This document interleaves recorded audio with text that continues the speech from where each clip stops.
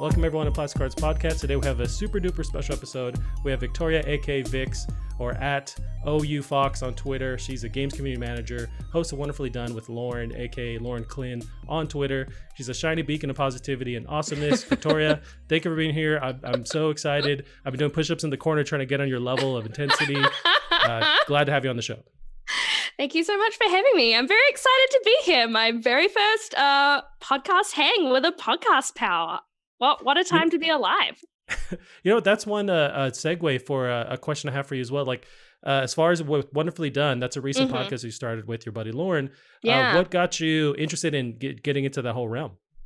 Well, we around the beginning of, I guess, where we started going into isolation and all that kind of jazz, we were just sort of having like a really random phone call talking about like, maybe we should try like doing some sex positivity TikToks or something like that. We'd both just got on TikTok and thought it was the bee's knees. And, you know, we're trying to figure out if we could do something with it. And the more we talked about it, because we're both extremely passionate about sex positivity, relationships, communicating, how people come together. And that's sort of like the bulk of what we talk to each other about. And so it's like the more we kind of talked about what we'd like to talk about, we're kind of like, this isn't really going to fit in like 10-second videos. So we're sort of like, maybe something like a podcast would be the right kind of home for this kind of content. So we just decided to have a go at it. Lauren had done one other podcast before, which had done about 5 or 6 episodes and hadn't continued with it. So she knew a little bit. And I came in pretty much with nothing. Absolutely nothing. Nice. Yeah, I'm a huge fan of your guys' show. And I think it's super important to just branch out of your like normal, whatever you live in your normal day life, just kind of get some more experiences, some more perspectives. Like I'm a super lame person. I've been married for a while now with my wife now. It's like we have a boring life. So it's cool to hear other people out in the streets living their life to the fullest. And it's cool to just hear all those perspectives and the questions you guys answer is really dope too. You know what? I really miss being out on the streets and getting like more recent material to work with instead of digging deep into my prior life. That's fine. Like we'll be out there again one of these days. Here's hoping. Yeah, for sure. Hopefully soon. Yeah. So as far as like going back to your community management world, I guess before that, because that's where you are now, I want to talk about just you entering the games industry and where you started as a tiny little New Zealand Kiwi, as you put it, playing games for the first time. What are some of your most positive, like your first gaming memories? Wow. When I think about games, probably my first really stark memory was my mom used to work at a high school when I was a kid. And in the holidays, she would bring home her computer from work for the 2-week holiday break. So it was wildly exciting, like mostly doing a lot of like playing like Minesweeper and Solitaire and Chips Challenge and all that, sort of like early first games until, we got our very first PC computer. And then, discovering we had some like boys come over who put Sonic on the computer, which was extremely exciting. And, doing all the games on like the Cartoon Network website was really fucking popping. Like at that time, those sweet Flash games playing like, I used to love the, it was like this series. I think it was the Summer Resort series. And it was like all the different characters from the different Cartoon Network shows, but like all in one universe. And it's just like one of those simple games where it's like you talk to one character and they need this, but you've got to do something for that character that needs that. And I don't know, but I was just really, really into it. So I guess definitely like hanging out on the PC, because I don't think I got like my first console. Oh man, I must have been like maybe like 11 or 12 or something by then, because it was like a Nintendo 64 and we'd really wanted a PS1, so we were really pissed off. Like got this like box and was just like, what the fuck is this? But now I would like treasure my Super Smash, Pokemon Stadium, Pokemon Snap, Mario Tennis like experience. Banjo-Kazooie, obviously my favorite game of all time. Nice. Yeah, it's very much like as having a 64 and then seeing the PlayStation 1 come out. It's that meme of like just looking over at the other girl. It's like, whoa, this is the future. There's 3D graphics. And yeah, I remember like experiencing that. And one thing in the news recently was they remastered like the big three Mario 3D games for the Switch and Yes. 64, Mario 64. I remember growing up just like blowing my fucking mind because I was used to the 2D games. And Yeah. then Mario 64 just like says, hey, we nailed, 3D movement and stuff. And Mario with his wacky sounds for the first time. And I love that game. In the States, we had Walmart's big here. I'm not sure if it's, I'm sure it's We it's don't worldwide, have right? Walmarts in Australia Whoa. or New Zealand. Damn, I was so okay. excited to go to one. Actually, did I even get to go to one? It was like one of the things I wanted to do. The only time I've been to America was like, I've got to go to a Walmart because people talk about it all the time. And I didn't make it. It's a tragedy. I mean, you're not missing it out on anything. It's like we all hate our lives when we're at Walmart. So it's like, it's funny that your like tourist attraction is something we loathe going to. But the only reason I bring it up is as a kid, Walmart had these, and I feel like there's a class action lawsuit involved because they had these these TV screens where you could like play the 64, but you had to crank your neck to look up at it. And it's like 8 feet up and you're a tiny kid. I feel like I have scoliosis, I'm sure, from that. But that was our first time like seeing Mario 64 running and playing it. And I couldn't wait to go grocery shopping with my parents and go like play it there for, an hour or whatever. But that's why I bring up Walmart in the first place. I haven't like thought about the neck cranking playing with consoles in stores. And like we have one place, I guess, kind of like a department store called Kmart. So that was where I had those sort of like with, Nintendo and PS1 and Yeah, I'm sure the people that ran that little like the electronic area were just super annoyed with this kid who never buys anything, just comes in and is just like trying to wait in line to play this Nintendo 64. trying to live his dream, just let him be, let him experience. For sure, that's where my first bug for like the gaming industry started because at that time there'd always be like a magazine section, which right now do magazines even exist? What are they? Where are they? But they're coming there was always back, I think. Okay, nice. That's good to hear because I would go there and go to peruse the magazine section and read all the different like Game Informers and just gaming magazines, and that's where I first like would even like the gears would start in my brain like, oh, you can do this as a job? Like who writes this stuff? It blew my mind, but that's where I just started kind of like the nerd process, route took off from there. I just love that your brain at that time was able to figure out that this was a potential job. Like, I feel like I didn't figure that out sort of like until into my early 20s, that it was sort of a potentially viable thing to do. Well, I guess I say that. I never thought that I could do it. I just knew that, okay, somebody's doing this, but I thought I could never do it. Even listening to the podcast, like I've been doing it for listening to like IGN's one of the first ones in like 2007 and just spending hours and thousands of hours like listening to really nerdy gaming podcasts, never thinking, oh, I could do that. But now with the, technology and everything's so cheap, it's like, that's also the downside is every Joe Schmo and, their mom's basement has a podcast, but that's also the awesomeness that you can find exactly what you want to listen to. I feel like I was like a super late bloomer on podcasts. Like, I feel like I've genuinely only started listening to them maybe in like the last year. So I'm like super fresh, like really building from the ground up in my knowledge. Like it's like a good creation platform, and being that mainly what I'm good at in life is talking. So there you go. Yeah. Match made in heaven, I guess. What are some of your go-to podcasts right now? What are you kind of circling around? I feel like my number one is just always Nicole Byers' Why Won't You Date Me? I just really love her vibe. It's just, she's so funny. She just cracks me up so much. Like, and she's just really kind, asks like hard questions. Just some of the conversations that I've heard on there have just been so interesting and just really great guests. And yeah, I'm just like a super, super big fan of hers. I would say that's probably the main one that I listen to regularly. That reminds me of, there's another female comedian. Her name's Nikki Glacier, and she's super funny, super dope. She has one, I think it's called You Up, it's on like, there's like not an FX. It's like there's a satellite radio version. There's a podcast version. She's super funny. And that just like reminded me of that. I've listened to her. She's awesome. But yeah, that's the thing. There's so many and not enough time. I guess we have more time on our hands now, but then we just stress out more because it's like, oh, I should be doing something with all this time on my hands, but I'm not. It's so terrible, isn't it? It's kind of like, just getting through the, giant shared trauma that we're all living through is like, I'm just like to people like, that's enough. If you just do that, like you have succeeded the year with flying colors and you should be really fucking proud of yourself. Like it's Oh so yeah. interesting to have the productivity value mind mixed with like the more restricted lifestyle that we have now. Yeah, I feel like that's one of the only things I've learned in ISO. I mean, maybe in round one, less so in round two, but how to just exist and relax and have that be enough.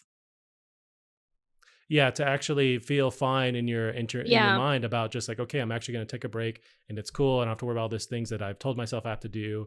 And I think that's, if there's any silver linings to this whole thing, it's, yeah, it's like understanding that personal time, but also Hmm. really respecting or like savoring those moments that we did have when we got to go out. Like I'm a Hmm. huge concert goer. I go to a bunch of comedy shows, and the fact that that's been stripped away just makes me really just love the fact that I got to do those things. And when they actually kick up again, I can't wait Yeah. to go to a concert again and just, rub with another sweaty person, when I used to hate that. But now it's like, Hmm. just bring as many sweaty people as you can when it's okay to do so. It's like, I can't wait for that.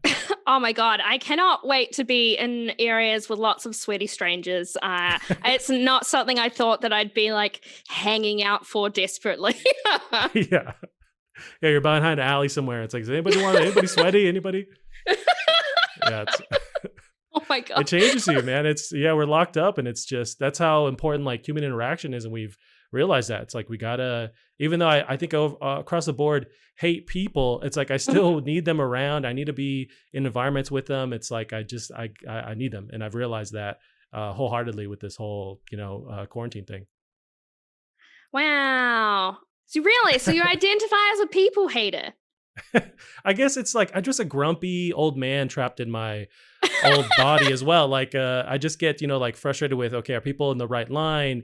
Did Hmm. anybody cut? Like those little like just dumb analysis of everything that's happening. It's hard for me to like take a break and chill, but that's just something I'm trying to get over. Like yeah, at a comedy show, at a concert, it's like, hey, Hmm. take away your phone or put your phone away, like experience the thing. I'm always that guy in the back of my mind. It's just a struggle to kind of just enjoy what's happening in front of me.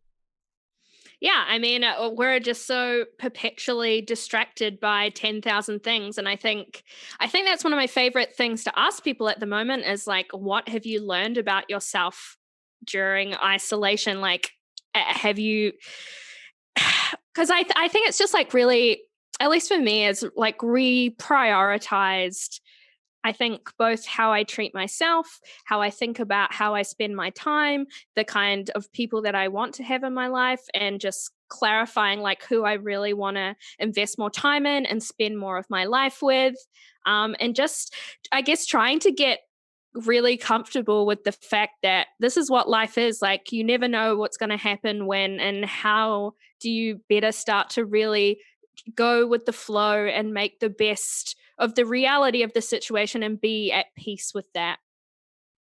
Yeah, no, that's a great mindset on it, because it's really just the tools at hand that we need to have, or how Mm. adaptable are we to change. We got to be, able to change at a moment's notice. This whole thing happened basically at a moment's notice. We have Yeah. to be able to just be able to handle our minds and our bodies to, the inevitable change. It's like, that's always a deal. Something crazy is always around the corner, but how do we handle that, mentally, physically? Yeah, that's been a huge lesson. For I wish I could say I've wrapped my brain around it. I'm sure I'll just get Mhm. used to whatever the, thing is in the future. But yeah, it's a struggle. And yeah, I'm just constantly trying to, that's one of the things on my list too. I haven't tackled any of my quarantine like bullet point mental list Mhm. things, but that's just one to add that I need to work You on. know what? It's one of those things, right? Like, you can't really deal with the full extent of a trauma until you're out of the survival patch. And we're all still in the thick of survival. So like, that's such a huge ask of Right. oneself to grow and process when that's the thing of like the continuation of the use of energy that we're having to commit to. Like, our stores are probably like the most desperately low a lot of us have ever experienced, but I guess it's that challenge of the whole like life just goes on, you know? So it's the mix of like, I feel like it's like some days this week I've definitely been feeling like I'm fucking sick of like ISO now. Like it's I live in Victoria and Melbourne, and we have a pretty hard lockdown at the moment. I think, yeah, like the hardest that's active right now, I think. But it's sort of like we're not allowed. We have a curfew between 9 p.m. and 5 a.m. in the morning. You're only allowed outside for, it used to be 1 hour a couple of weeks ago, and now it's 2 hours a day for like a walk. You can have a walk with one person that doesn't live in your house, and now you can actually sit outside with people. So like that's very Oh, watch out. exciting. And by people, I mean you're that one person with your mask on. Right. It's just really bizarro. Just really, my world is just so small. Just I watch Star Trek, I go to work, and I make the podcast. Like, Yeah. Which Star Trek are you watching? oh my God. I never thought that I would become a Star Trek fan. And I'm so, like, I love sci-fi. Like, my mum, it's like sci-fi books were the only thing she read my entire childhood, and just like continuous shoving of like all kinds of sci-fi movies. So, like, conceptually adore. And we're watching Next Generation. Ooh. And I just have fallen in love with it. Just, I cry through so many episodes. I'm just so surprised at the different kinds of topics that they cover, and how respectfully they've covered so many topics. I love how cheesy and ridiculous it is. I love how, like, I didn't know how I'd feel about Captain Picard, but now I see why everybody loves him. He's just such a fucking classy gentleman. Like, he's so cool. Anyway, I'm just having the best time. We're like in season 5. Yeah, I have the same exact thoughts that you do. I Yeah? haven't really poked into much of the other ones, but for some Mhm. reason, Next Generation always click with me, and I just love it. You're right, where the topics they handle are just, I don't know if they get enough. I think they do get enough credit. It's like people really love Mhm. Next Generation, but the way I love the Hollow Room and how they tackle a bunch of stuff Yeah. there.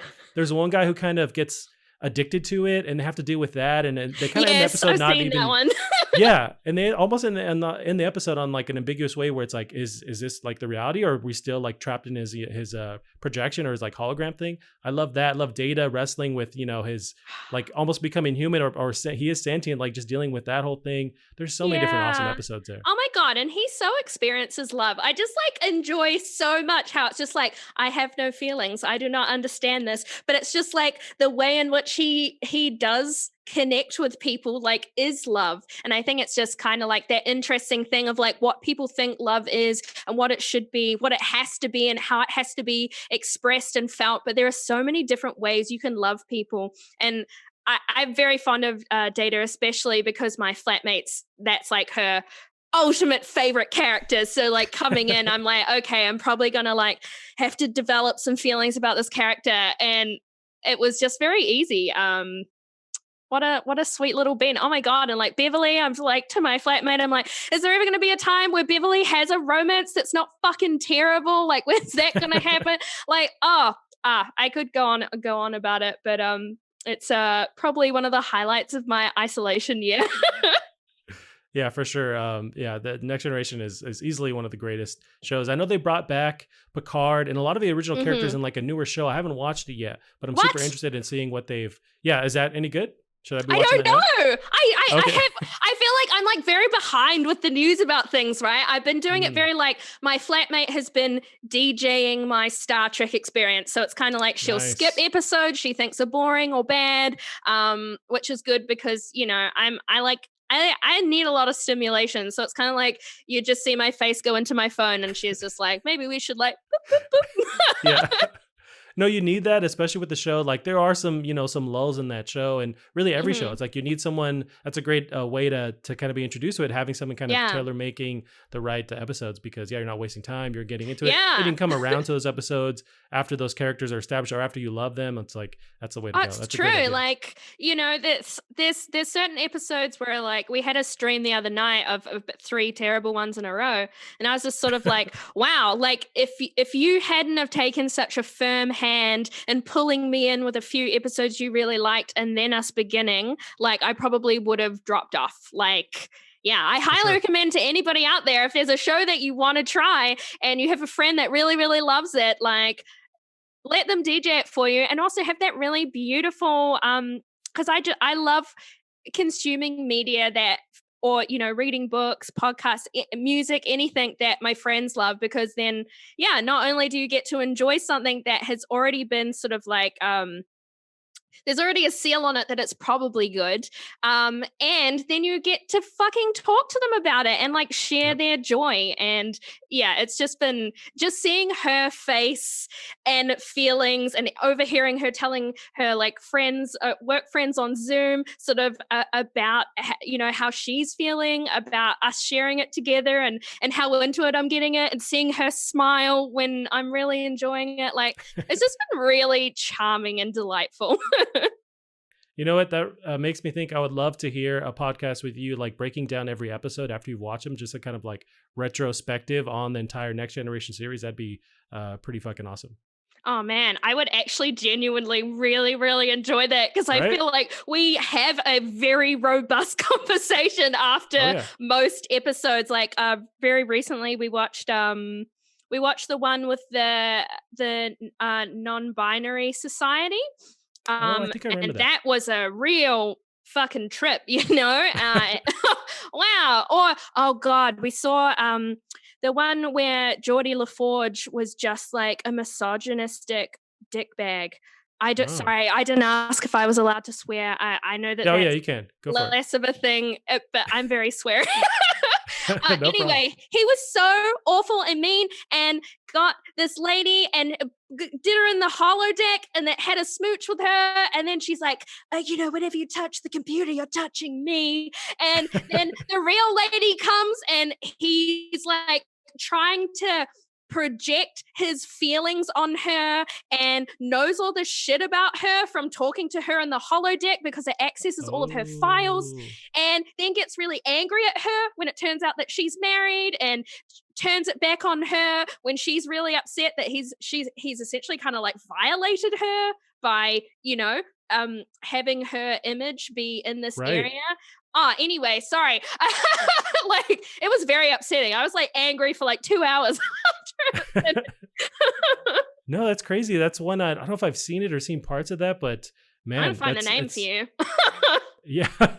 I'll definitely check that episode out just to, I mean, not to get bummed out, but like just to experience that. That's one glory. I mean, we could keep talking about Next Generation, but like all the different topics they hit on is so insane. But I just listened to this. I was listening to another random podcast where we're talking about Yeah. how a lot of sci-fi tends to hover around like dystopian stuff and really just Mhm. like gloomy projections of the future. But with Next Yeah. Generation, they had this their own path where it's like they have kind of everything else taken care of as far as like in human society, which lets Mhm. them go expand into the stars. Like they've gotten over their dumb human things that we have now. It's like so they can just focus all their energy on going to the stars and experiencing that. And I keep thinking, like, why can't we get our shit together so we can go to the fucking stars and experience universes and non-binary people and the Borg and like I want to see all those things. Beam me Oh, up now. bless. Don't I definitely feel like they still experience some very human problems, but I just love that, the self-contained, everything is always sorted out within the episode, and people Right. end up communicating and fix things. That's what I think is different, that they fix things much quicker than we do in everyday society, because you got to communicate quickly so that everything can be nice and tidy for the next Yes. episode. So like I feel like it's more like doing everything at warp speed of like human interaction. Same problems, but done and sorted out really, really fast. Like, Yeah. You got yeah. 22 minutes to figure it out. Yeah. Nice. Yeah. I mean, I could keep talking about Next Yeah, Generation forever. sorry. Yeah. Back to business. So we've run the gamut talking about different stuff. As far Mhm. as the gaming side of it goes, Uh-huh. I guess one of my last questions in that area was, what are you playing now? Are you relying on games in quarantine? Are you doing other things? Is there anything Mhm. that you keep going to as far as a video game goes? Well, that's the thing about me. I'm one of those strange people who work in video games where my entire life isn't about video games, which Mm, I know people find a little bit jarring. um, if as far as games go, I recently have been playing Spiritfarer, which I've been really enjoying. It's just so gentle and calming, and it's just really strange to like have this game legitimately make me feel really calm and gorgeous. Mm. So that's been really nice. And I guess the one before that actually I need to pick back up is just playing Mario's Odyssey on my Switch. I like finally bought one at the beginning of quarantine. I would say, and obviously I love Mario's Odyssey. It's a fucking platforming, happy lala dreamland, and it's just instantly transported back to being a Babin. And yeah, just when you're just sitting there and just smiles just creeping all over your face, like totally delightful. I thought I would play more games over quarantine. But I went through this big phase where I couldn't even watch TV. And it was really bizarre. And all I really did was at that time was like read books and go to work. And I think that was when we were a little bit more like active and maintaining a social life at home and all that sort of jazz. But I just kind of like dropped off like completely. I actually need to pick Spirit Farah back up this weekend because we're going to talk about it at work next week. Nice. um, Now you mentioned, like being in the games community and not playing a mhm, ton at the moment, but I think that's a great way to like pull yourself out of there's a lot of like, whether it's negativity or just kind of mhm. getting bogged down with all the stress of who did what and what game came out and what controversy. It's like, it's best to Yeah, not be just so plugged in because there's a lot of just needless stress involved with, just keeping up with the random drama. But yeah, I think it that's a healthy is. thing. It's like that's the thing about, I mean, how websites like Twitter and Facebook and that sort of jazz, how they function is they're not really created for like forum style conversation. Like it's more kind of like everybody kind of like shouting what they think about things.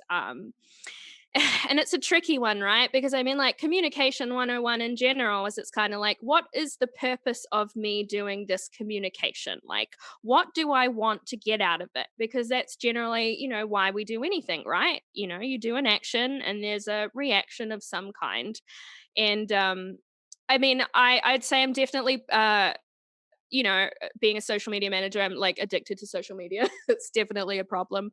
So, my personal life is I use Twitter quite a lot, and most of my Twitter sort of regular sphere that I keep up with is other people that work in video games. So, yeah, I guess sometimes I don't see as much of the other drama unless people working in games start talking about it, or it'll usually, because I guess I'm on the other side of gamer and game maker, so sometimes the like, I guess the lean of what the conversation is will be different. It'll more so be like you know really thinking of the community managers for X, Y, or Z game today because it's really scary and awful. And it's really horrible that they're having to deal with how people are behaving today. Right. I imagine you're taking a lot of the brunt of that force possibly by dealing directly with. Now, are you dealing with like more of the community management with, I guess, the community of Mhm. players or also behind Yeah. the scenes with the community of the devs too? I do a little bit of both. In my current role at League of Geeks, I do the studio comms, and then I also look after their game Armello. And Armello has one of the most beautiful communities ever. Like they did a really, really great job. The people who love and play this game are fucking awesome. I genuinely thrive deeply off getting to play with that community. It's that game's been out for about 5 years now. So it's a longer standing kind of niche community and mostly made up of furries, and it's just dope. Like I like cry all the time when people are very cute. Like I'm very like emotional lady. Like I'm really lucky. Like it's a beautiful community to work with. I love it. That's awesome. Yeah, that reminds me of one. It's a broader question, but Mhm. that was the genesis originally for interviewing game devs was, or like Yeah. indie game devs, was there's a lot behind the scenes that gamers don't get to see or hear about as far as like just Mhm.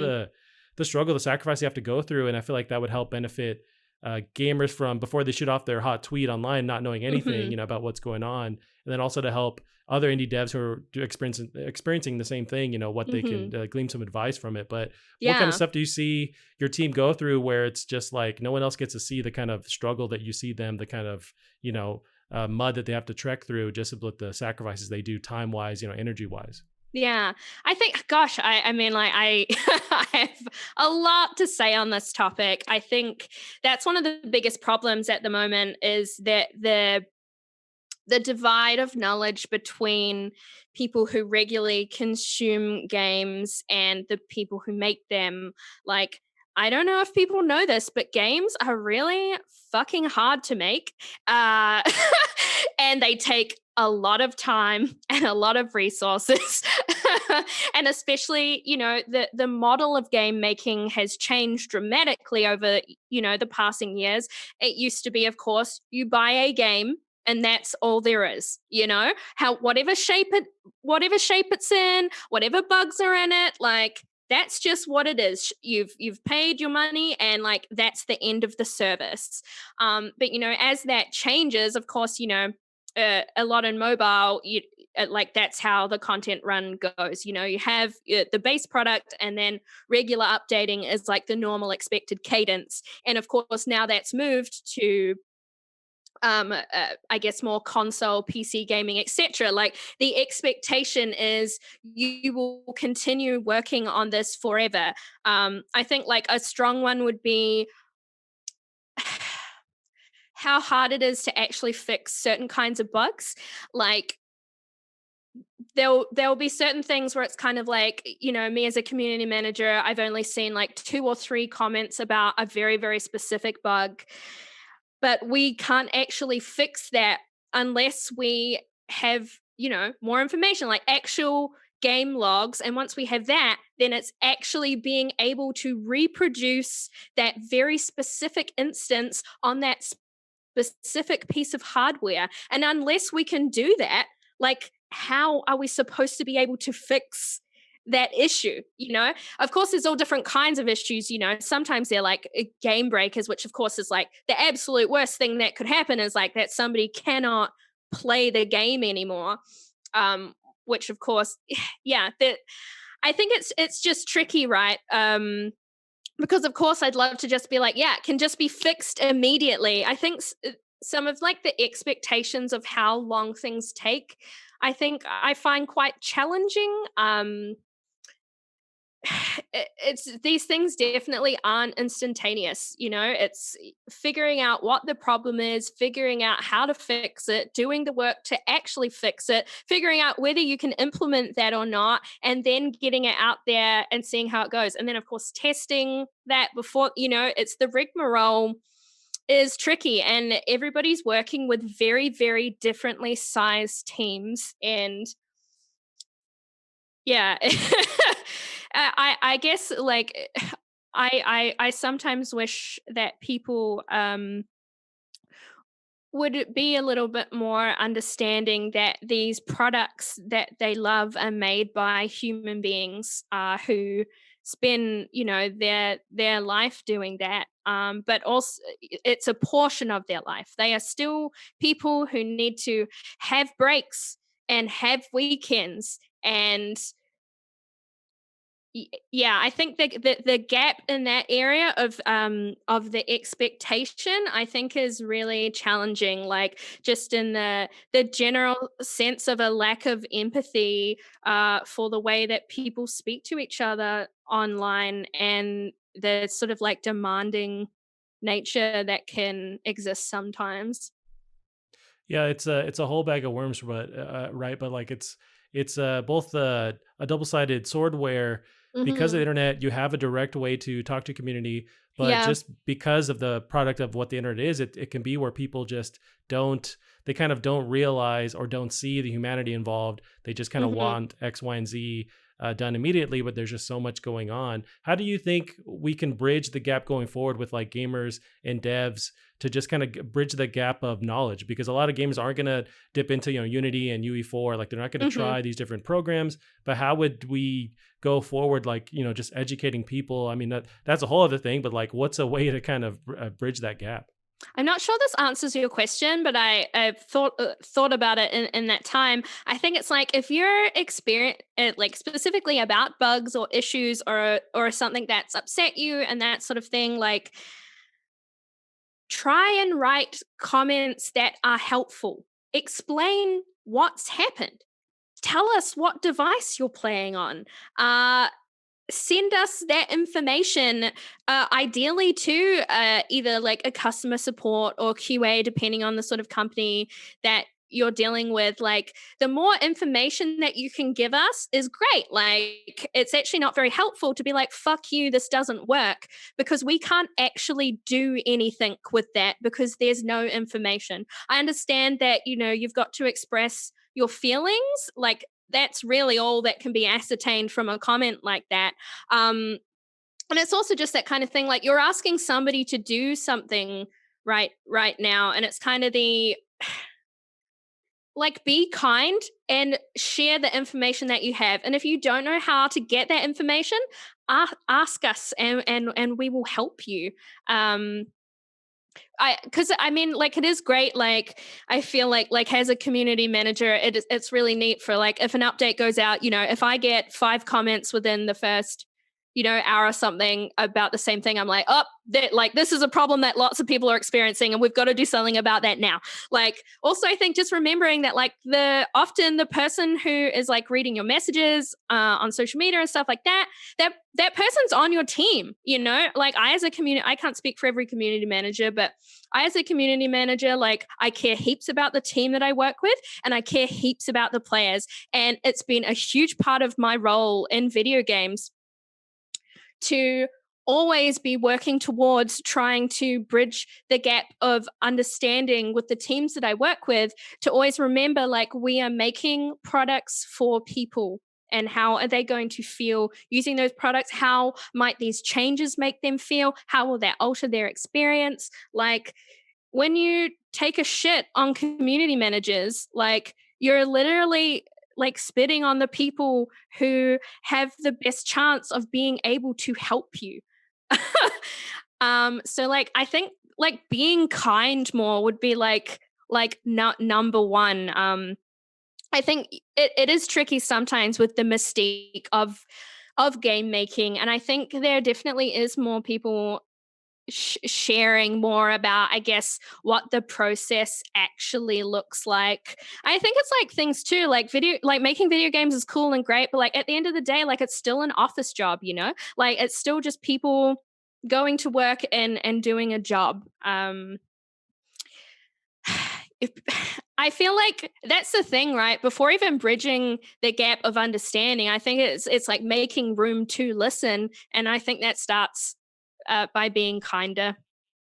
Right. No, 100%. I mean, we don't get anywhere if people aren't just, being trolls online and Yeah. not being helpful with whatever their issue is. I mean, Mhm. all game devs want to fix whatever the problem is. Like they want their game to be fun, to be playable, or Yeah. to be If a we're certain able, experience. like we want to Right. do it. Like there's lots of things that people suggest, and it's like either like of course like we've had the idea, it's something that people on the team would love, but for X, Y, or Z reason, we just can't do that right now. Like I love when people are like, I'll give you my money right now if you do this thing. And it's like we can't really stake a tens of thousands of dollar update on like a couple of comments that are like, I would buy this. Like that's not like a sustainable business model. And I think that's the thing, right? Is like video games is a business. The things like take time to make. People are paid to do that work. Like, and when you're doing video games, great. Like hopefully it should be, sustainable, and that you can pay all the people that work for you like a great livable wage. And be looked after. Um, and of course, there's like so many things that we would love to do or make, or decisions that we'd love to have. Or sometimes, when a game is launched and it looks certain ways, or there's certain features that like uh, weren't quite right, or could have been different, or why didn't you do it like this? Like there may have been a section of the team like fighting for that other direction, but for one reason or the other, depending on, you know, that's the thing, right? There's still like people who make the final calls, like in teams of people working together. So like I just feel like it's like trusting like that there every like I feel like game makers they're trying to make things people will enjoy, you know? And sometimes it's really hard. It's hard to know what will hit, something that you thought felt good and then people just don't like it. Um it's like making games is really hard, and the people that I know that work in games work really hard and really care a lot, you know? Like they really do. And oh, yeah, I Yeah. just wish it didn't wasn't the way that it is sometimes. Same here. Yeah, like any game dev we've got to talk to Mhm. that we've been lucky, to talk with them.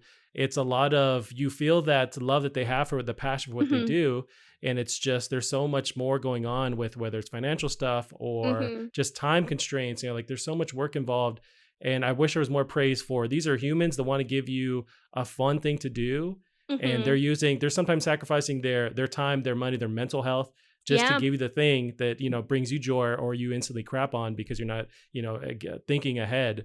But it's just this Yeah. frustration that I have as a gamer, as a fan, but seeing like the larger community, and maybe they're on the same realm, but like just seeing a lot of just negativity. I wish we could just turn that around, but that does take time. And you're right, where it's a matter of Yeah. compassion and just understanding, yeah, these are people that are working on this thing. That's what I do love when the community, or sorry, the game dev team Mhm. is highlighted in any kind of promotion of a game, whether it's like a huge AAA game or it's down to indie game devs. I love seeing them being in interviews and talking about stuff because I want to see them, and what they went through and actually conversate. Yeah.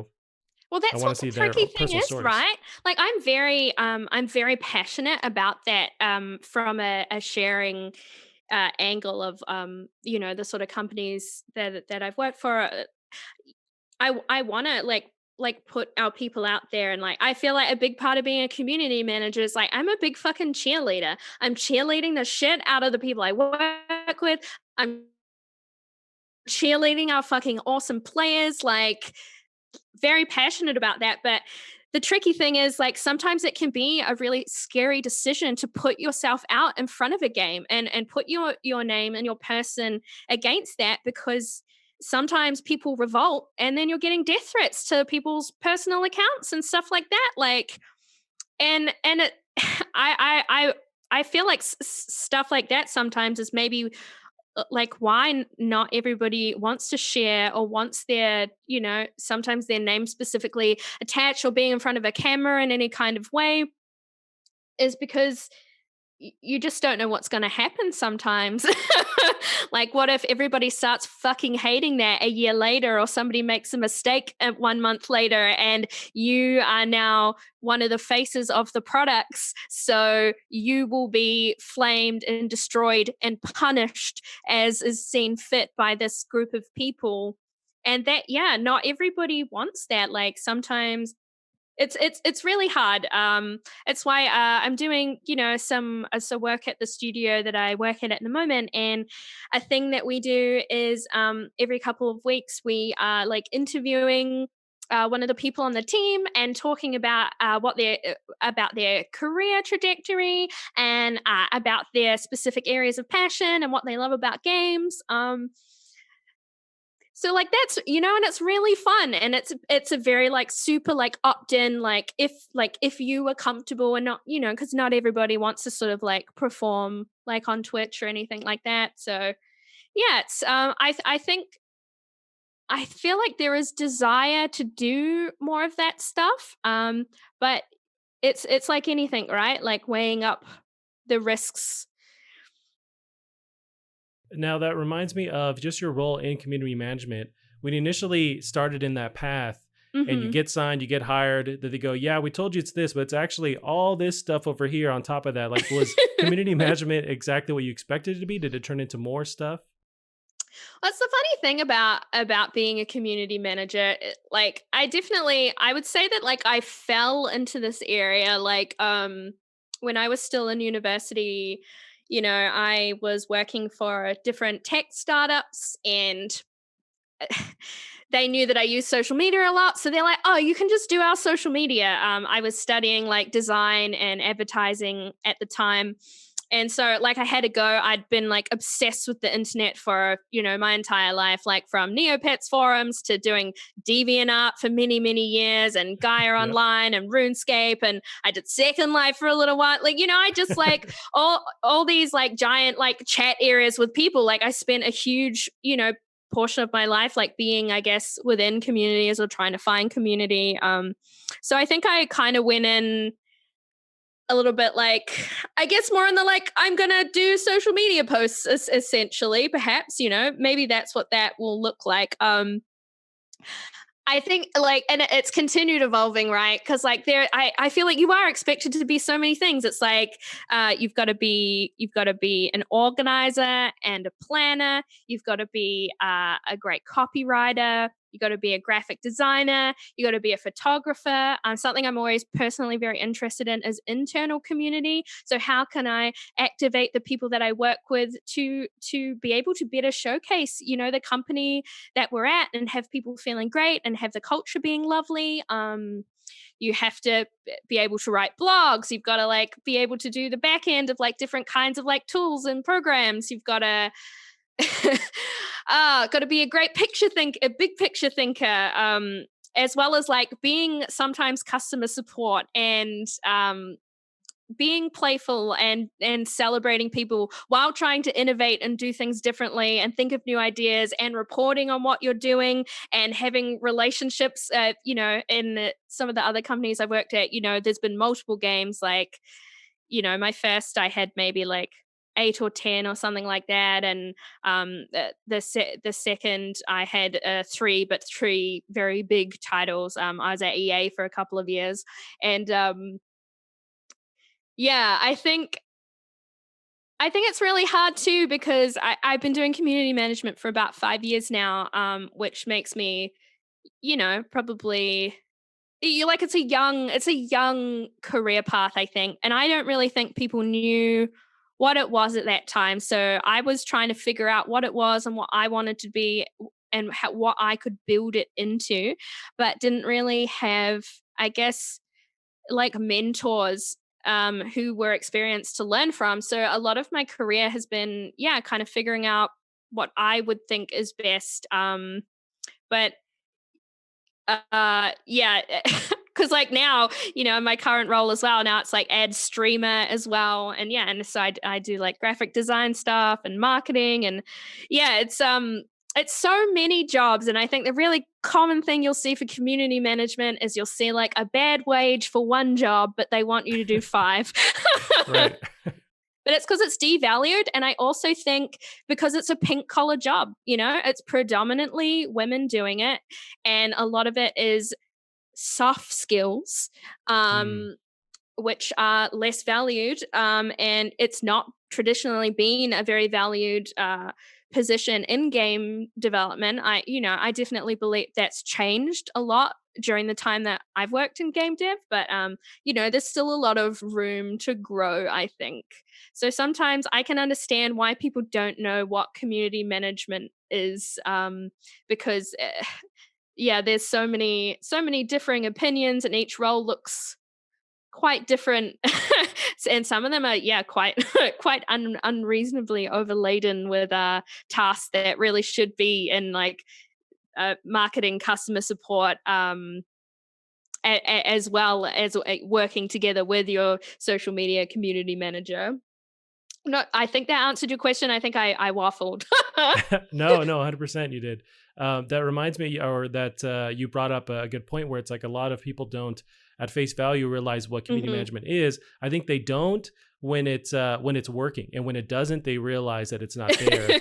And there's such a Yeah. huge, like, those games that stick around, those communities that thrive are cultivated and built by people. And I think Mhm. those are the ones that just they have the testing time part of it, where it's like they're cultivated there. People are Yeah. behind the scenes actually growing that and working on that. and Mhm. it's a huge deal. And I think the industry at large is understanding that's a huge part of getting your game out there and making sure that Yeah. does the community feel like they're valued, is there Mhm. interaction. That's what I love about it's sort of the same thing, but with that game, it's been blowing up lately. It's called Fall Guys. uh, their Yes. their Twitter presence is just nailing it every time, and the way they integrate Mhm. other corporations, and they're just always posting and integrating with it and building community that way. It's just they're nailing it with how they handle that. But that's a huge driving force with getting a game out, and just the advertising portion of it, and building the or getting the attention of fans in the first place, saying, hey, you want to play this, and you have this community of Mhm. people that also will share, memes and ideas, and just kind of grow together. It's a huge deal. So I think, yeah, people don't notice it until it's not there really. Yeah, yeah. It's I think it's an important position to have, and the considerations that that person brings to the table, right? Cuz like another thing is like crisis management. What are all of the possible things that could go wrong with the decisions that you're choosing to make about the way that we're going with this game? Like, so you're kind of like Uh, the canary in the mine sometimes of like, here is just like a flash forward, and because that's the thing, right? Every decision that you make, whether you like it or not, says something about you and what you're making. So you need to make decisions carefully, and it's scary. um, but yeah, I mean, like that's what I think is neat about community and social media in general. Is it's like the extension of the experience, right? Like, and I think it's really beautiful and special when like people love the thing that you've made so much that not only do they want to spend time there playing the game, but they want to invite you into their personal pleasure spaces that they use in their everyday life. So, something I always think about is I'm like, what value am I adding to their lives through this space that they have allowed me to be in, you know? Um, yeah, you mentioned some of your many duties that you have behind the scenes. Uh, does that kind of workflow, does that whole environment, did that call out to you the fact that there's always going to be something going on? Did you value that as someone just looking for an actual level of employment? Do you kind of thrive in having all these different directions are being pulled out at once? I think this is good for my kind of personality type. Like I do, like you follow my Twitter. Like I'm a pretty peppy, joyful person. I love celebration. I love connecting people. I love solving problems. I love making beautiful things. I love consuming beautiful things. Um, I love making people feel good. I feel like it encompasses so many things that I enjoy. Like being part of video game teams is so exciting just because it's a meeting of so many really interesting different kinds of professionals making this one thing together, like beautiful animators and illustrators and smart business people, finance people, QA problem solvers, producers. Like it's like the friends that I've made through working in video games has just been like fucking magical. Like truly some of the most exciting, sweet nerds like ever. And I think that was a major segue. um, but yeah, I feel like it suits me really well because like we're making art, but it's more than art. It's an experience, and I think experience design is something that I find very very interesting. And of course, it's got the link into being technology based, which I also think is a very interesting kind of problem solving. So I feel like it satiates a lot of my desires of what I find really interesting. Nice. So you touch on something where I feel like that's the key to bridging Hmm. that gap with the negativity in the community at large, is just like just kidnapping these trolls online. They show up at an actual studio and say, "Here, meet some of the people working on this game. This guy, he just had a daughter, and the team made him a cake, and you just crapped on this thing that he worked on." So like, just meet the team and experience like the humanity behind it. If we can just kidnap these just people that are dwelling in basements everywhere, and just actually get them face to face with someone who's working on it, I feel like that could be the way to see the glory behind it, because you're in the trenches with the team and you see that beauty, but a lot of people don't. I wonder if that's the gap. Definitely, I think there's definitely a gap there. I think it's always an interesting thing too, right? How I find it really interesting how how that description of like who trolls are persists, right? Sort of like the basement dweller. I think the scariest thing about trolls and people who lack empathy and behave unkindly online is they're people we know. You know what I mean? Right. Like, and that's the scarier part. I think sometimes it's really easy to like other that kind of behavior um into being these kind of like faceless entities. But like there are a lot of them I think are like everyday people, because when you kind of like mix entitlement into there, yeah, a lack of empathy and kindness. I was reading an article this week and it was talking about how a study had been done about trolls, and it was saying that the early evidence in it was that trolls actually weren't people with low self-esteem. They're often people with very high self-esteem that felt great about themselves and felt great Sure. about being awful, So I think sometimes it's like big changes I think are in how we communicate with the people in our everyday lives, and sort of calling out behavior more that isn't really acceptable and there isn't room for anymore. Because sometimes I find it very interesting, you'll always get the people who will behave very very badly under anime pictures or no picture at all, but you also get a lot of people who are very proud and happy to do so with a picture of their face, and or do it on attached to their Facebook with all of their family stuff there. And I think that's what's kind of scary, is how badly people feel like they are entitled to behave and that's okay. And sometimes I guess I find it surprising, unless their lives are only filled with people who are like them. But it's not always the extremes, right? It's the subtleties. And I'd be lying if I said a lot of the stuff that happens related to the patriarchy and sexism and misogyny, Oh yeah. like um and that's the thing, it's not always the extreme version, it's the micro actions of how people choose to behave. Like, that's the thing about the internet. Sometimes I feel like people still treat it like it's separate from real life, but it's not. Like, the amount of time that people spend plugged in and how they keep a lot of their relationships going, especially shown by a time like 2020, where so much of our relationships are engaged with online. And does that make any of those relationships not real anymore? Like, this is real life, and I feel like it just really highlights some like less pleasant things. And I think some of it's about being being braver to in your friend groups and the people that are in your life, and sort of saying like, that's not very nice. Because that's the thing about trolling comments and stuff like that. That's only one facet of how somebody behaves in one area, and what does that tell you about how they may behave in other areas of their life, and how they treat people.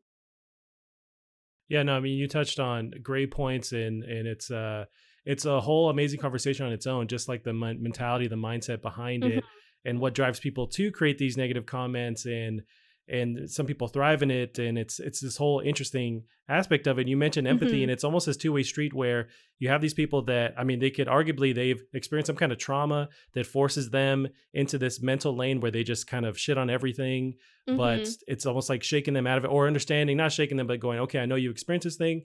Let's kind of let's realize that there's there's another way of looking at this, and it's really it's a mental health the conversation too. It's just across the Yeah. board. How do we help ourselves out and normalize that, and so that we're not then projecting it online, whatever thing we're going through, we're just kind of putting it on someone else. It's a Yeah. whole can of worms, but it's definitely they're all interlinked together for sure. Communication is wild, and how people come together, and it's an area that I find very interesting because it is so deeply robust. And I think the state of affairs in the world are really reflective of the slice of what we see and how people behave online. Like it's all the same, except comments that you leave online can be accessed by many people all the time, and conversations that we have in person can't. So Yeah, let's end on an equally important topic. Let's talk about some alien stuff, mainly some supernatural stuff. So we talked about sci-fi. I'm a huge sci-fi nerd, but also just, the paranormal, the supernatural in general. As a kid, I grew up just loving that stuff. Yeah. And I guess I'm more of like a skeptic now, but still like super passionate and just love, watching unexplained podcasts or like unsolved mysteries and getting creeped out as a kid watching that. But I mentioned one of the questions I had sent you was, have you experienced any kind of supernatural thing in your life, and just where do you lie on that whole topic in general? On the topic in general, I am interested enough in things like the supernatural and ghosts where I'm like, I don't know, but I don't want to cross out things that I don't understand. It's a very, very strange world that we live in, and scientifically speaking of like how time even kind of works in the universe, like I think it's just pretty hard to cross things out like flat. I feel like I believe enough that, like, as much as like things like Ouija boards and stuff intrigue me, also I don't want to fuck with that shit because I don't want to invite that kind of energy into my life. Like I feel like that would be taking it a step too far. I'm pretty sure that the house that I lived in when I was a teenager was haunted. It had a pretty like weird history. It used to be a maternity ward, so lots of mams having their babs there, and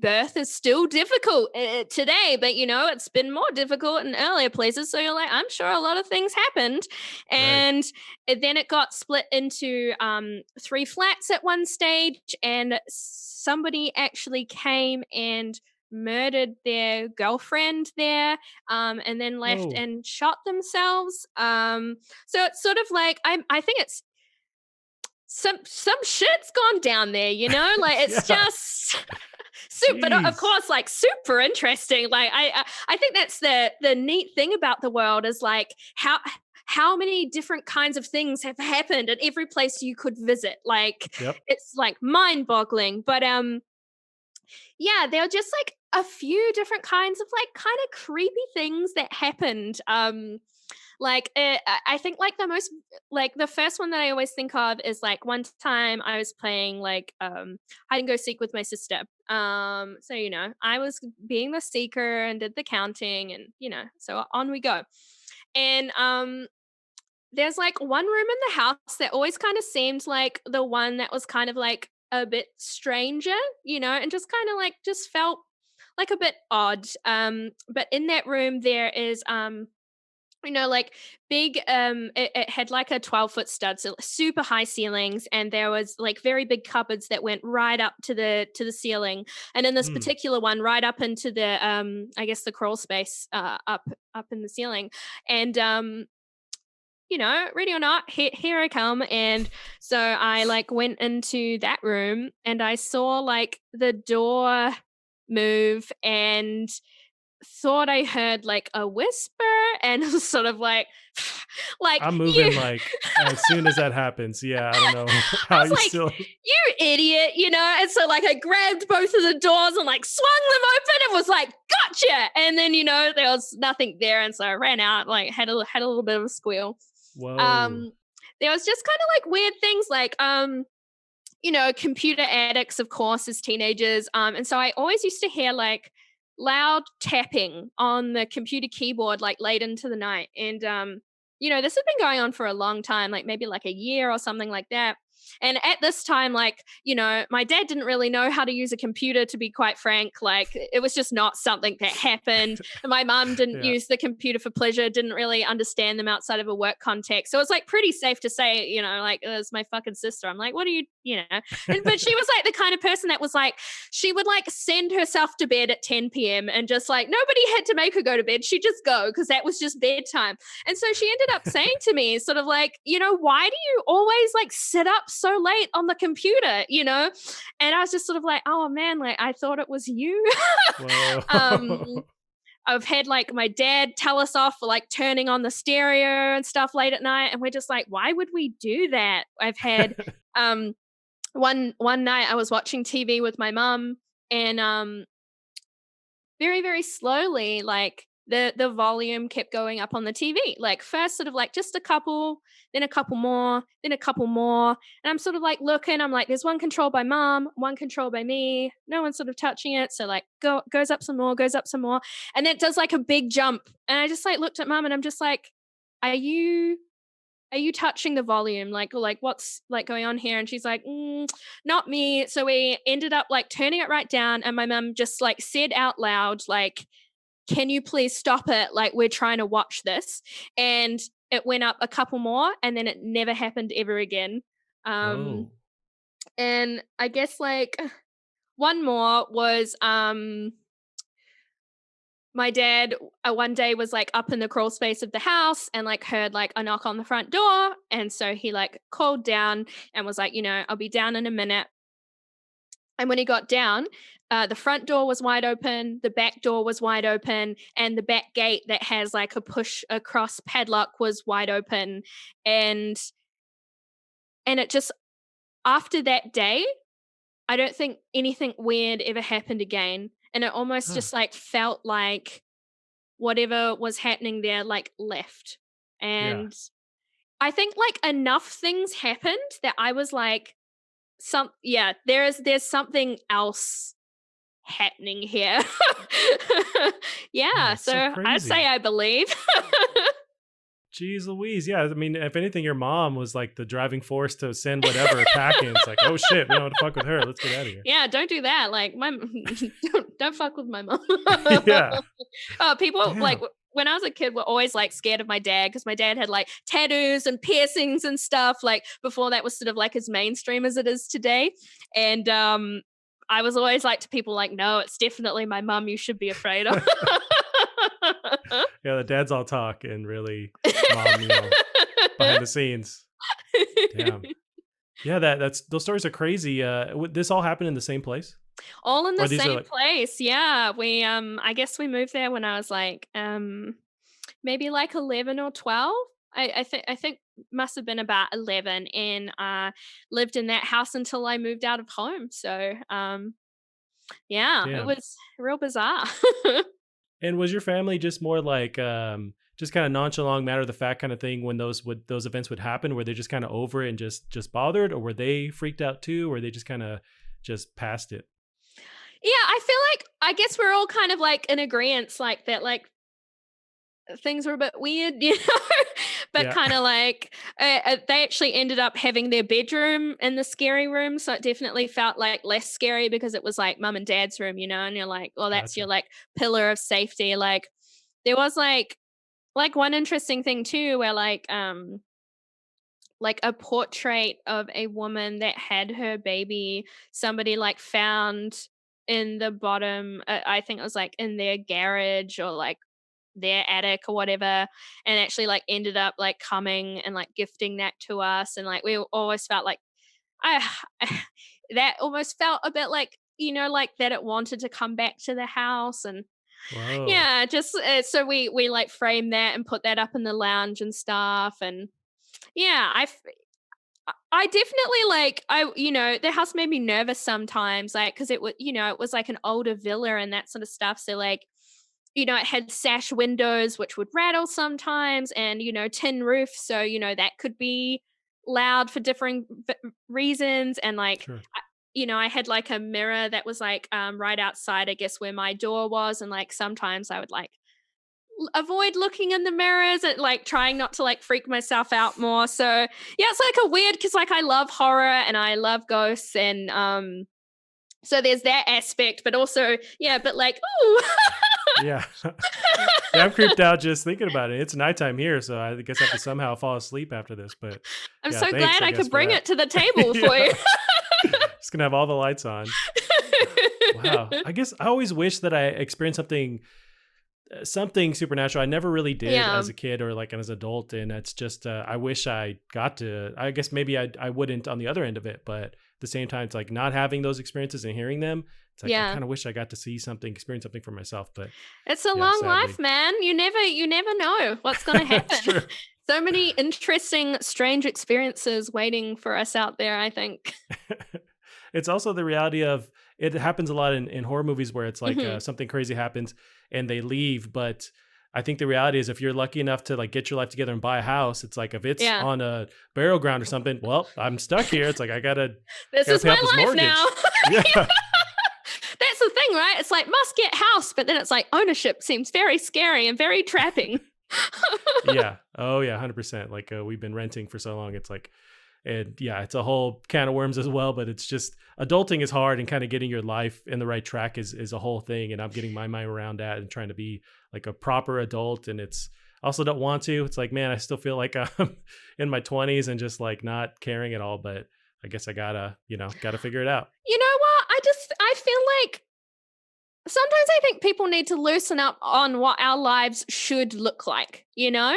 And it's more like what makes a great lifestyle for you as the person you are now and what would please you and your partner and make you feel happy and like your life was fulfilling. Like, I feel like those are like the much more important things to think about than like all these fucking check boxes of like the mentality that you need to have and how much fun you're allowed to have and how expressive you can be. And, you know, it's carving out something that makes you feel good, you know? And like, if you're doing that, I think you're doing a good fucking job. And if that's not being an adult, I'm not fucking interested. Yeah, same. Now you made me feel a whole lot better. I got my Fuck yeah. Like, weight off my bring it back shoulders. up. There we go. Yeah. No longer terrified to sleep. Oh yeah. Well, Victoria, I mean, we've rounded out an hour here. I think it's safe to let you go. This has been awesome, Sorry. amazing. You've wasted an hour of my time here. Oh my it's been- God. No, it's been awesome, glorious to talk to you, and it's just fantastic. And yeah, I could listen to you just ramble on for days, and that's why I love listening to that podcast. Get to hear you and Lauren just take it seriously and fun, and just kind of open up your minds there. It's a great podcast. But I guess where I can segue to the ending here, where can people keep up with you online and just keep experiencing Victoria? Yeah, gosh, if you think it's interesting the way I talk about people, you can come and follow my friggin' podcast. We're on Twitter on Done Wonderfully. I know that's confusing, but it's the best we could do because it was all the characters that we were allowed. Wonderfully Done is on everything. We got a lot of Spotify listeners. We're on the Apple Podcast, Google Podcast, Castbox, the RSS feed, everyone's taken it. So you can listen to it anywhere. And, as mentioned earlier, I'm on the Twitter personally as well at OFox. And you can basically, all I really do there is post selfies. So, I don't know if there's any value in there for that, or talk about Wonderfully Done, seeing as it's my new baby that I'm fucking obsessed with. Nice. And rightfully so, for sure. Well, we'll end it there, Victoria. I really appreciate it. Thank you so much for being on the show. Thank you. Thank you for having me. It's been beautiful. Awesome. We'll end it there, guys. We'll see you next week. Bye-bye.